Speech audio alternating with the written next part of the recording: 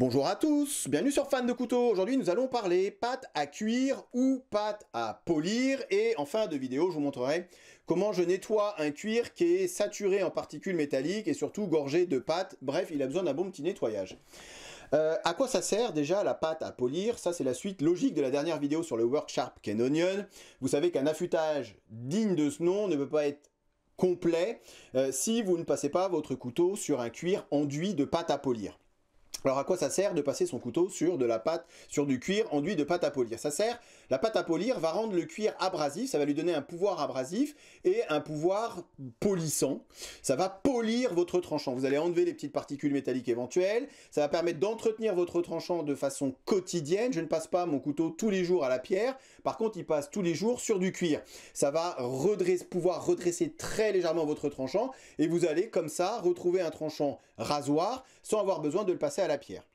Donc le but, comme je vous ai dit, enduit sur du cuir, c'est de lui donner au cuir ce pouvoir polissant, de polissage. Alors je vais rapprocher ça, les pâtes à polir, des pierres à eau japonaises. On va partir sur de la pierre à eau japonaise avec un grain 1000. Vous avez en grain 1000, vous avez de la Shapton, différentes marques et différentes qualités. Toujours sur un grain 1000. La Shapton, la Naniwa, la Suehiro et la pierre chinoise grain 1000. C'est toutes des grains 1000, maintenant vous n'allez pas obtenir le même résultat, vous n'allez pas avoir tout à fait le même pouvoir abrasif sur chaque pierre en fonction des marques et en fonction de la qualité de la pierre, de la finesse du grain, de la façon dont elle est faite. C'est exactement la même chose avec les pâtes à polir. Vous avez alors différentes granulométries, mais sur une même granulométrie, je reviens sur la granulométrie dans 2 petites secondes, vous allez avoir différentes qualités de pierre, différents prix également, et différentes façons d'être fabriquées. Vous avez par exemple celle-ci qui est à base de chrome, celle-ci qui est à base d'oxyde de fer, vous avez des poudres, des pâtes à polir à base de poudre de diamant, donc on imagine que si la poudre de diamant, elles vont être aussi un petit peu plus chères, vous savez, vous les trouvez soit sous forme de seringue, soit sous forme de spray. Alors j'en possède pas parce que je trouve que c'est très cher. Pour vous donner un ordre d'idée, c'est aux alentours de 20 € les 5 ml. Donc voilà, c'est quand même pas donné, ça va s'user beaucoup plus vite que des pâtes à polir, pardon, en bâton comme ça, vous en avez pour toute une vie. Donc vraiment, on a différentes qualités en fonction des marques, en fonction du prix bien évidemment, même si elles ont toutes une granulométrie similaire. Alors comment ça marche la granulométrie sur les pâtes à polir? On parle de microns, c'est la taille du grain. Alors pour résumer, pour caricaturer, pour vous donner un guide d'achat, de conseil, on va dire qu'entre 4 et 6 microns, on est sur un grain grossier. Donc ça, c'est des 4-6 microns, c'est 4 microns, c'est un grain grossier. Et plus vous allez vous rapprocher de 0 micron, plus on va être sur un grain fin. Entre 1,5 micron et 2,5 microns, on va être sur un grain moyen. 0,5 micron comme la Bark River blanche, vous savez celle-ci est la très connue Bark River blanche, Virtuovice ne jure que par celle-ci et moi quasiment aussi puisque c'est vraiment celle que j'utilise le plus. Là on est sur 0,5 micron, on va dire que c'est un grain très fin.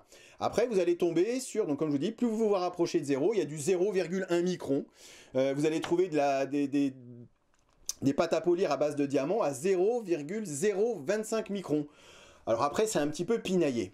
Je vais très prochainement vous présenter une nouvelle marque qui s'appelle Jende, J-E-N-D-E, que vous pouvez trouver à la coutellerie Tourangelle ou sur Knives and Tools. Voilà, comme ça il n'y a pas de jaloux, qui font des cuirs. Alors c'est même pas du cuir parce que c'est une nanocloth, donc c'est une petite serviette à base de machin. Je vous montrerai qui sont déjà des cuirs, on va appeler ça des cuirs, des strops préchargés en poudre de diamant. Ça coûte 40 € plus la petite pipette 20 €, donc vous avez pour 50 € de cuir. Voilà, donc c'est pas donné. Maintenant on est sur celui qui voudrait, c'est pour ça que je vous donne la marque aujourd'hui, celui qui voudrait pousser le polissage de son tranchant vraiment à l'extrême. Je n'en vois personnellement pas trop l'utilité, je trouve que c'est très cher, mais je suis quand même curieux de tester cette nouvelle marque. Alors, pour résumer, donc vous avez la poudre de diamant qui coûte très cher. Après, vous avez celles-ci, les plus connues, qui sont sous forme de bâtons, de craie dur. Ça, j'ai trouvé ça pareil en grande surface. Ça, je ne conseille pas puisqu'on n'a aucune indication de la granulométrie. C'est comme les pierres que vous allez acheter en grande surface. On ne sait pas, on sait juste que c'est grossier. Donc ça, je ne conseillerais pas. Regardez à chaque fois quand même la granulométrie. Ça vous donne quand même une idée sur la qualité des pierres et sur la qualité apportée au grain des pierres.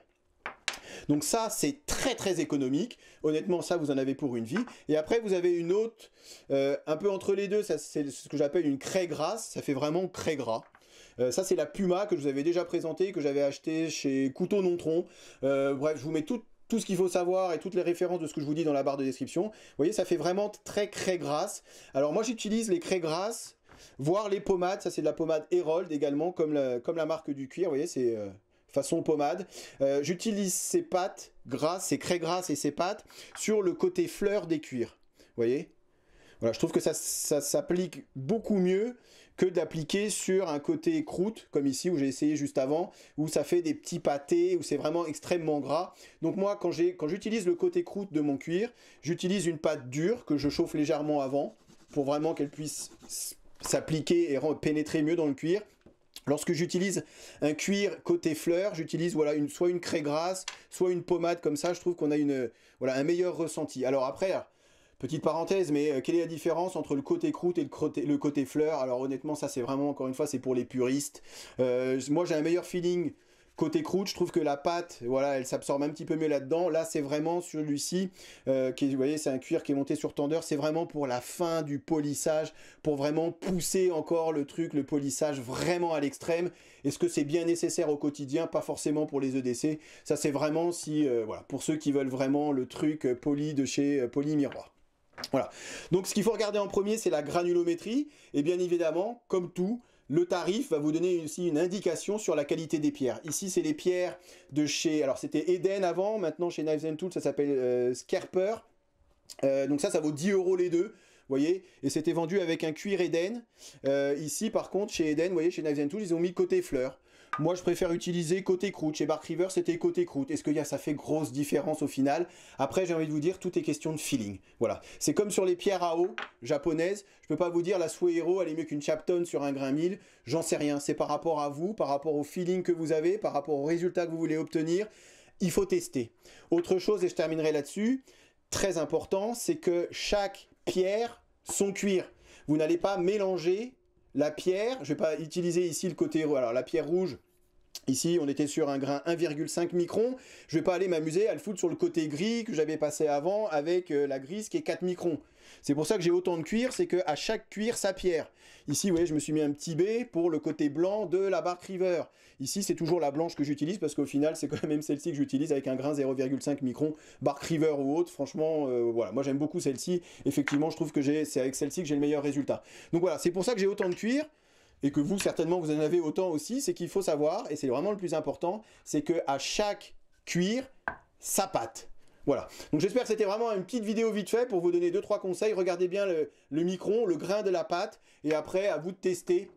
Voilà, on va pas se ruiner, 10 € les deux. Franchement, voilà, vous pouvez tester 2-3 pierres, et puis 2-3 pâtes à polir, et puis vous verrez avec laquelle vous avez meilleur feeling. Testez, pourquoi pas, un côté croûte, un côté fleur, et vous verrez un petit peu pareil sur le meilleur feeling et le résultat que vous allez obtenir sur votre tranchant. C'est exactement le même principe que la pierre à eau. Chacun aura un sentiment, un ressenti différent, même peu importe, si on reste sur un grain 1000, on aura tous une petite différence et une petite préférence pour telle ou telle marque, pour telle ou telle pierre. Pour nettoyer son cuir, vous allez me dire à quelle fréquence il faut le nettoyer. J'ai envie de vous dire, tout dépend encore une fois de l'utilisation que vous en faites. Si vous passez 50 couteaux tous les jours sur votre cuir, il va falloir le nettoyer beaucoup plus fréquemment que si vous le passez votre couteau une seule fois par mois. On est tout à fait d'accord. Quand on arrive à ce niveau-là, alors je vous avais déjà présenté, je vous avais dit que je vous le filmerai, que je vous montrerai comment je fais pour nettoyer. Effectivement là, ça fait plus gros effet, il y a des petits pâtés, il y a pas mal de particules métalliques. Ce qu'il faut savoir, c'est que au départ, le cuir, il avait quand même cette couleur-là. Donc vous voyez là, il a quand même bien travaillé, donc à un moment, effectivement, il faut le nettoyer. Alors, dans la vidéo, là, dans la première partie, j'ai dit pierre au lieu de pâte, vous aurez corrigé tout seul. J'utilise une brosse métallique, puisqu'il va falloir vraiment aller gratter et aller chercher les particules métalliques qu'il y a à l'intérieur du cuir. Alors, est-ce que ça abîme le cuir? Oui, clairement. Après, le cuir, je vous avais montré comment on en fabrique un. C'est pas, voilà, pour 10, 15, 20 €, vous pouvez vous fabriquer un cuir et vous pouvez vous le remplacer. Donc, je frotte comme ça.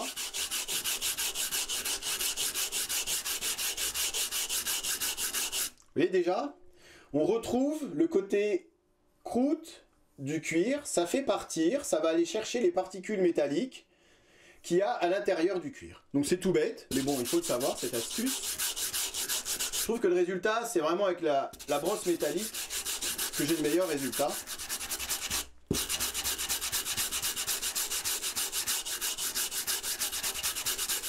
Après j'alterne, parfois j'utilise un couteau, alors un couteau bas de gamme, et je vais aller gratter l'intérieur, vous voyez. Voilà. Alors ça enlève du cuir, hein, on est tout à fait d'accord. Hein.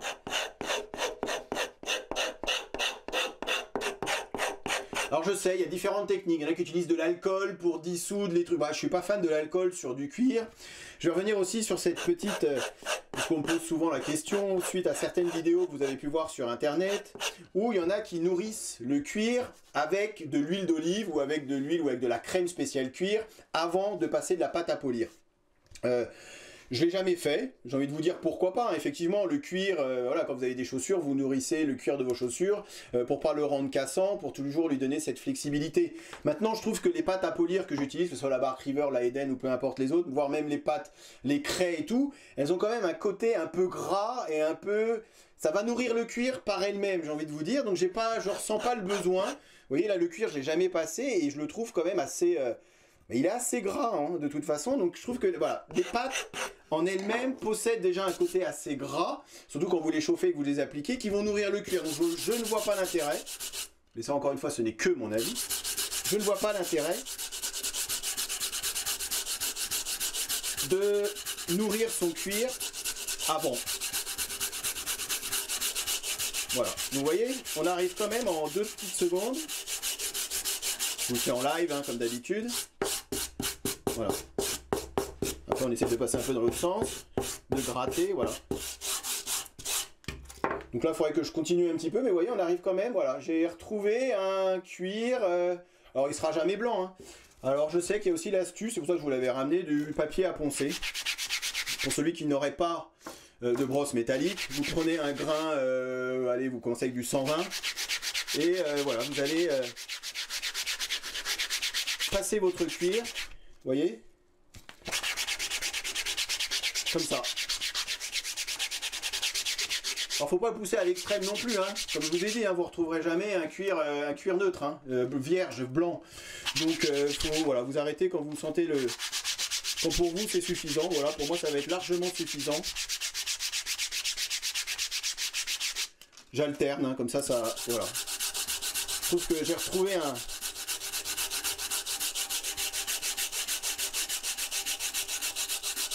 J'ai enlevé en tout cas la première surface et la surface qu'il y avait au-dessus, et c'était toutes ces particules métalliques. Je sens que dans le fond, voilà, il reste, et puis je vous montre, hein, et il va rester des... Voilà, mais ça c'est un résidu de pâte, je pense, puisqu'à force de passer de la pâte, bah, le cuir absorbe aussi la pâte à polir. Donc vous voyez, je trouve qu'il y a quand même ce côté un peu gras, hein, du cuir, enfin c'est difficile la perception que vous pouvez avoir à la caméra, mais voilà, je trouve il y a encore ce côté gras, c'est pour ça que je nourris jamais mes cuirs. Je trouve que la pâte à polir nourrit en elle-même, par elle-même, le cuir. Voilà, donc ça c'était ma petite astuce. Encore une fois, je n'ai rien inventé, hein, bien évidemment. Mais ça vous permet de... Voilà, de repartir. Alterner, hein. Voilà, je gratte un peu. Voilà, je termine comme ça. Et voilà, alors j'espère que cette vidéo vous a été utile. Que le cuir, vous avez déjà fait des vidéos sur les cuirs, donc ça n'avait plus de secret pour vous.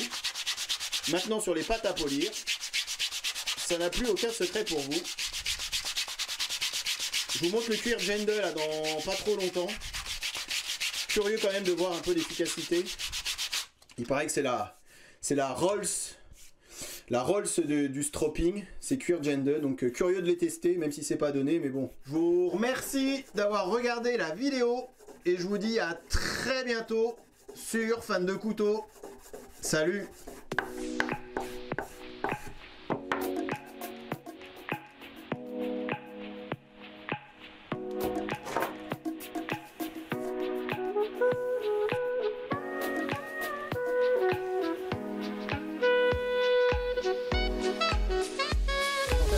Comparaison avec d'autres modèles et test de coupe en fin de vidéo comme d'habitude. Ok, allez, voyons voir ce que ça donne. Rasoir. Encore une fois, les goûts et les couleurs.